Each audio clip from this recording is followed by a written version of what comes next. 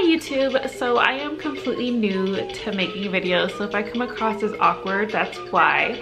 But I decided to make my own YouTube channel just in light of my recent miscarriage. I felt like talking about my story might help other moms that are going through this. I know that for me personally, I've been doing a lot of reading through blog posts, books, I've been listening to podcasts, just anything related to miscarriages that can help me kind of heal and get closure.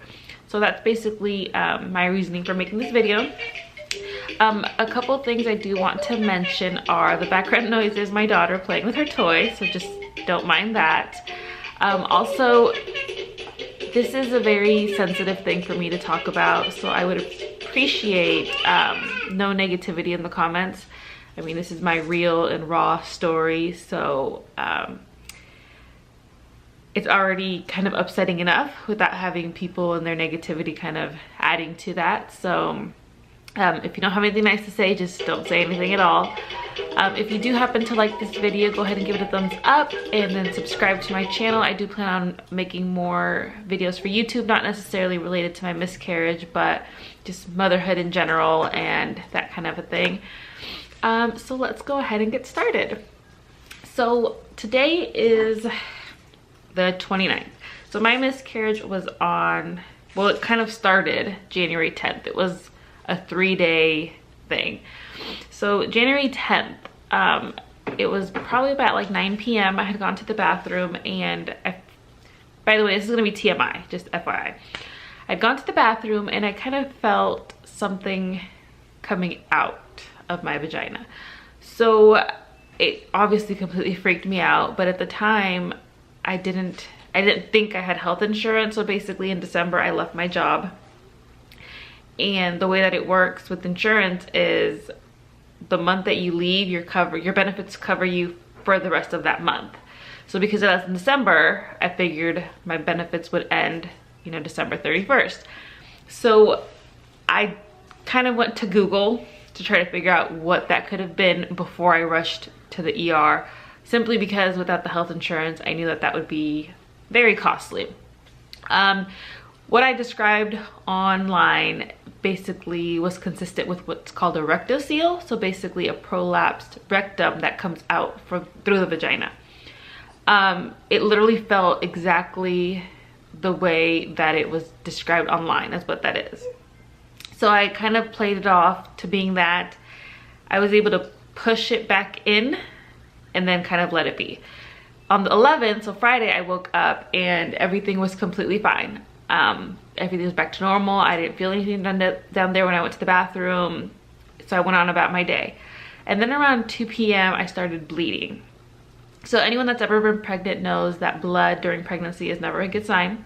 So that's when I kind of started to freak out. I ended up calling my doctor's office, and they actually told me to wait it out the weekend and see what happens. I didn't really feel comfortable with that, so I decided to go to the ER. So once my husband got home, this was around maybe 4, I went to the ER, and I went by myself. He stayed with the girls. I just didn't want them to come. And so I get to the ER and they do blood tests, they did a urine test, and then they did the ultrasound. So when the doctor reviewed the ultrasound and then came into the room, he basically said that I had what's called an incompetent cervix. So what that means is, you know, your cervix is closed during pregnancy, and then when you're ready to deliver, you start to dilate and it opens up to allow the baby to come out. So this was basically happening to me, but very prematurely. At the moment, they didn't know why. Sometimes an infection can cause that to happen, but there was no sign of an infection, so there really was no answers as to why this was happening. My OB ended up coming to the ER to see me to kind of explain everything a little bit better, and she said that normally in cases like this, people with an incompetent cervix, they basically create what's called a circlage, so they tie off the cervix to keep baby inside. But because with me, baby was already kind of halfway out of the cervix, she needed gravity to push baby back in before they would be willing to tie it off. So I was admitted into the hospital. I was in labor and delivery, and they basically had me in what's called a Trendelenburg position. So your legs are elevated higher than your head in hopes that gravity would push the little sack with baby back inside. So they didn't check me again until Saturday morning around 6 a.m. They did another ultrasound, and at that point baby had passed away.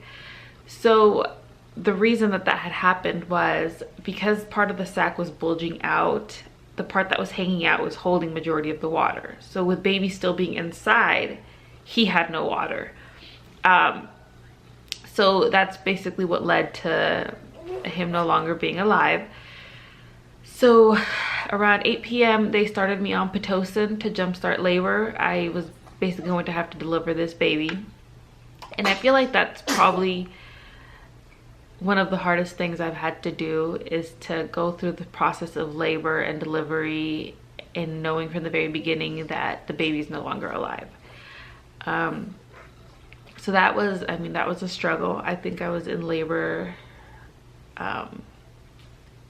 well, basically from 8 a.m. until 4 p.m. is when I started to push, and he was born just after 4 p.m. One thing that I will mention is that the hospital did allow us to spend time with the baby. So once he was born, they kind of cleaned him off, they wrapped him in a blanket, and they handed him to my husband, because I, at the time, after going through labor, I was completely out of it. So my husband got to hold him, and then I got my turn to hold him, and it was very emotional. You know, you have this 17-week-old baby, and the skin is really translucent. I mean, he's tiny. He was like this big, tiny little thing. And it was very emotional, but I'm very glad that we did get that time with him, just kind of to bond and to say our goodbyes and that kind of a thing. We did get to stay with him until Sunday morning. That's when we were being discharged, so we got to keep him all night. They ended up being able to get footprints, they got a weight, they got a length. We even got to keep the little hat that they put on him after he was born. So I mean, it was tough, but I'm so glad that we have, I mean, those memories with him. We did choose to do cremation only because otherwise the hospital would just dispose of the body, because technically it was before 20 weeks gestation. So I don't know why they're not really considered a person at that time, because you don't have to do a death certificate. None of that applies to losing a baby before 20 weeks.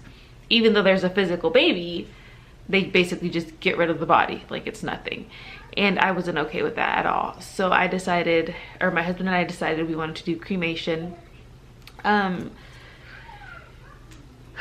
So there was a funeral home right by the hospital that we chose. The cremation was $200, which, I mean, worth every penny to me, obviously, but there are programs that help with financial costs for like cremation, burial, that kind of a thing, but you have to be past 20 weeks.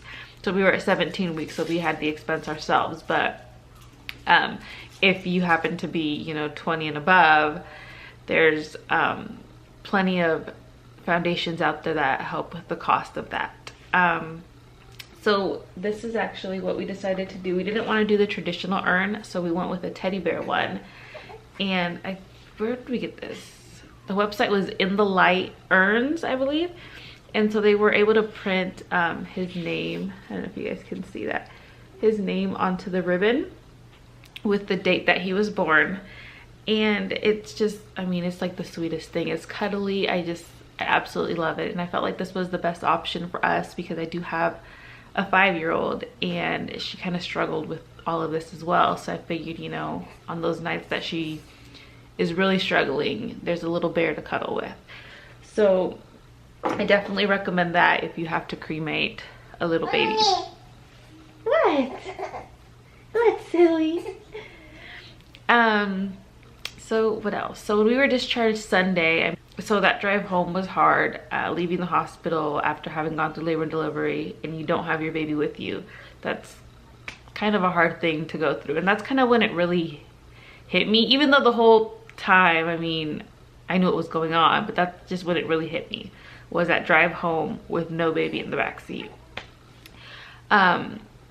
But it was kind of funny, well, not really funny, but it was kind of amazing how that whole week prior it had been raining and cloudy and gloomy, and that Sunday we leave and the sun is shining so bright.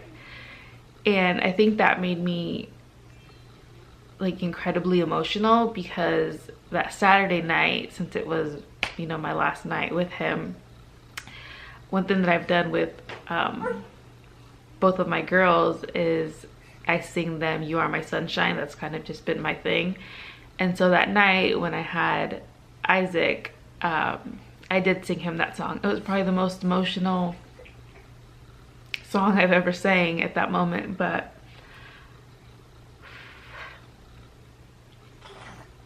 the fact that I sang that night, and then the next day it's just so sunny outside, it was crazy. So we made it home, and I hadn't seen the girls since Friday. I hadn't seen the girls since Friday when I went to the ER. So I was kind of really anxious to see them, because I felt like I just needed to hold my babies. I just needed to hold my kids.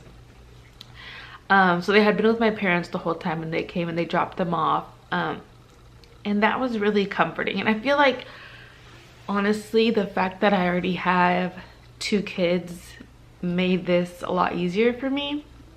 I know it's a lot harder for those that don't have any children, and I'm so sorry if you have to go through this and you don't have any children at home. But because for me, having them really made it to where I couldn't slip into a depression. Like, I physically could not, because I have 2 babies to take care of. I have 2 babies that need a happy mom, you know? And so I feel like I'm just really thankful for them in that sense, you know, amongst everything else. But I feel like they really helped with my mental health. And so that was, I mean, really good, because I feel like if I didn't have them, then that probably wouldn't have been the case. I'd probably be struggling with depression right now. And so that's basically the story. But some other things that I want to add to that are, you know, if you're going through this, or if you've gone through this, and you know that it's okay to not be okay. I mean, it's okay to have days where you're laughing and smiling, and then 10 minutes later you're bawling your eyes out. Like, that is totally okay, because the stages of grief don't happen in the same order. Like, it's not just this, and that's it. Like, you can bounce back. You can go through the stage of denial, and then you can go to the stage of bargaining, and then you can go back to the very beginning where you're just crying like crazy. Like, it doesn't have, things don't happen in the order. You can bounce back and forth. So don't feel bad if, like, one minute you're laughing and the next minute you're crying, or any of that, because that's totally normal. Like, I feel like for me, the first 3 days after it happened were the hardest.